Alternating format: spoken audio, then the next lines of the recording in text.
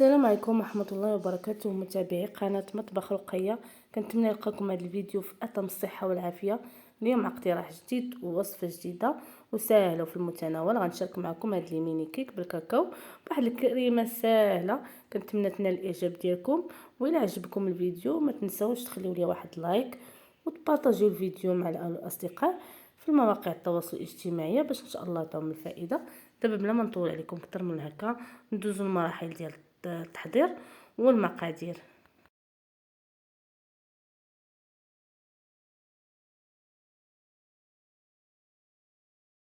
اول حاجه غادي نبداو بها، غادي نجيب نصف كاس ديال الماء، وغادي ندير واحد معلقه صغيره ديال القهوه سريعه الذوبان، وغادي نخليوها على جنب تطلق لينا القهوه. ومن بعد في واحد الاناء هكا غادي نجيبو البيض، واحد البيضه ونص كاس ديال سكر سنيده. كنخلطو حتى كتذوب لينا شويه سنيده مع البيض، غير بهذا الطراب اليدوي. ومن بعد غادي نضيفو الزيت، نصف كاس ديال الزيت، ودائما في التخلاط حتى كتخلط ليا الزيت مع البيض وسنيده. ومن بعد غادي نضيفو داك الكاس، نص كاس ديال الماء اللي ضفنا ليه معلقه صغيره عامره ديال القهوه سريعه الذوبان. هاد المذاق ديال القهوه كيعطي الكيك واحد المذاق رائع، غادي ينال الاعجاب ديالكم. ومن بعد غادي نضيفو الدقيق، ضفت كاس العنبه ديال الدقيق. ومن بعد غادي نضيف واحد معلقه كبيره ديال بودره الكاكاو، واحد الساشي ديال الخميره اللي الوزن ديالها 8 غرام. بالنسبه للدقيق راه كيبقى على حسب النوعيه ديال الخليط، وانا بالنسبه ليا راه ضفت كما لاحظتوا واحد الكاس كبير.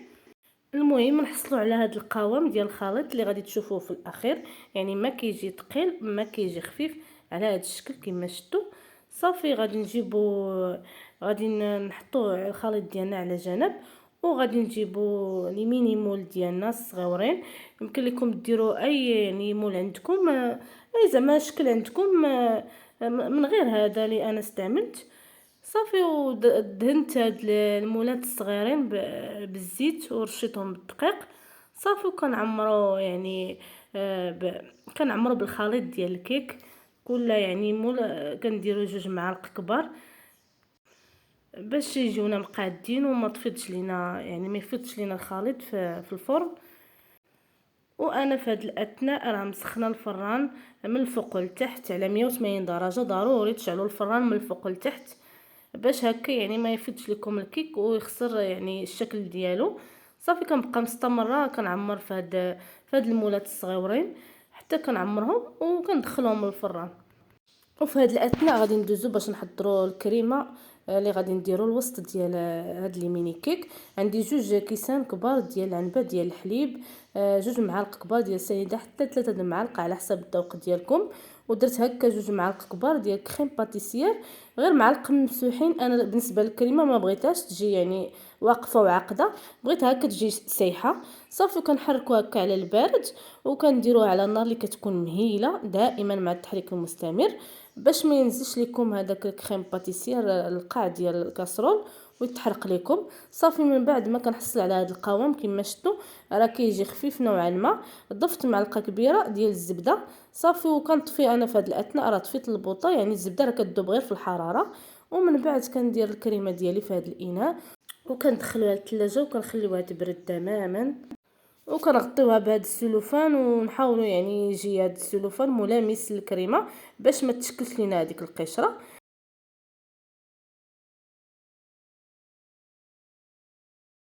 بالنسبه لي ميني كيك ديالي من بعد ما طابوا، بعد بالنسبه للطياب راه تقريبا خداو ليا 25 دقيقه دغيا كيطيبوا. صافي وكنحاول هكا نزولوهم من بعد ما يكونوا بردوا بطبيعه الحال باش ما يخسروش ليكم.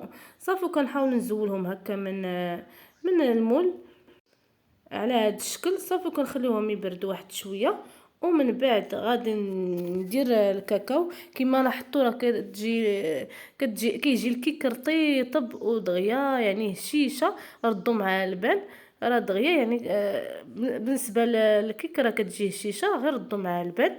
صافي جبت هكا بودره الكاكاو، غادي نحاول هكا نديرو ندردرو هكا في الجوانب. بالنسبه ليا انا غادي تقولوا لي علاش ما كديريش زعما الكاكاو في بلاصه الدقيق. ما كيعجبنيش صراحه وكيعطيني داك اللون ما كيعجبنيش. كنفضل هكا من بعد ما نخرجهم ندير هكا الكاكاو. في نفس الوقت كيعطيو منظر زوين وحتى المذاق كيجي رائع. صافي غادي ندوزو الكريمه ديالنا من بعد ما بردات وشدات شويه في راسها على هذا الشكل. كما قلت لكم راه الكريمه راه ما كتجيش عاقده بزاف، انا بغيتها كتجي يعني يعني تجي شويه جاريه ما تجيش عاقده. صافي جبت هذا كريم شونتيي، درت غير معلقه كبيره ديال هاد كريم شونتيي. ضيفوه راه كيضيف ليها واحد المذاق واحد القوام يعني رائع بالنسبه للكريمه. صافي كنطلعوا هاد الكريمه بهذا الطراب الكهربائي مزيان مزيان حتى كنحس بالكريمه يعني بالخليط ديالي ولا كريمي، وكنحبسو تطرب.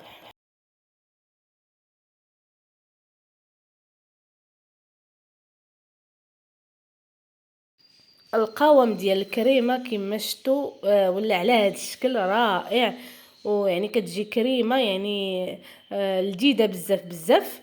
صافي جبت هذا الجيب الحلواني غادي نفرغ المحتوى ديال الكريمه غير باش تسهل ليا ملي غادي نبغي نعمر هاد لي ميني مول ديالنا او لي ميني كيك عفوا.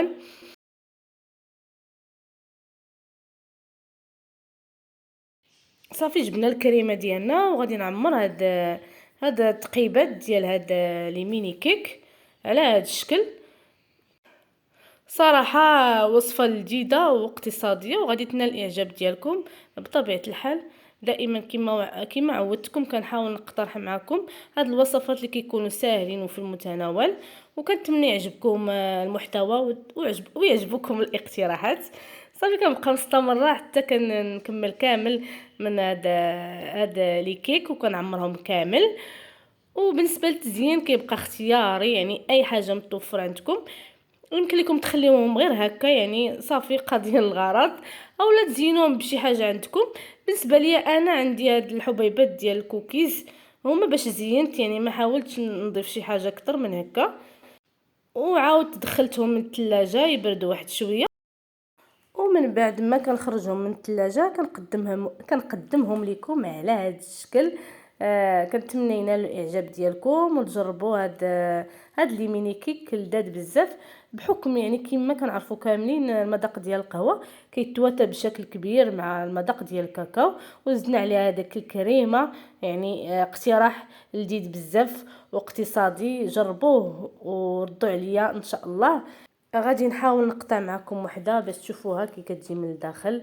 يعني كريميه بالنسبه للكريمه ولذيذه كتواتى مع الكيك. كنبقى نعاود لكم دائما الهضره، غير جربوها وانتم تحكموا ان شاء الله. ودابا وصلت للنهايه ديال الفيديو والاقتراح ديال اليوم. كنتمنى يعجبكم. بسلام عليكم حتى الفيديو الجاي ان شاء الله.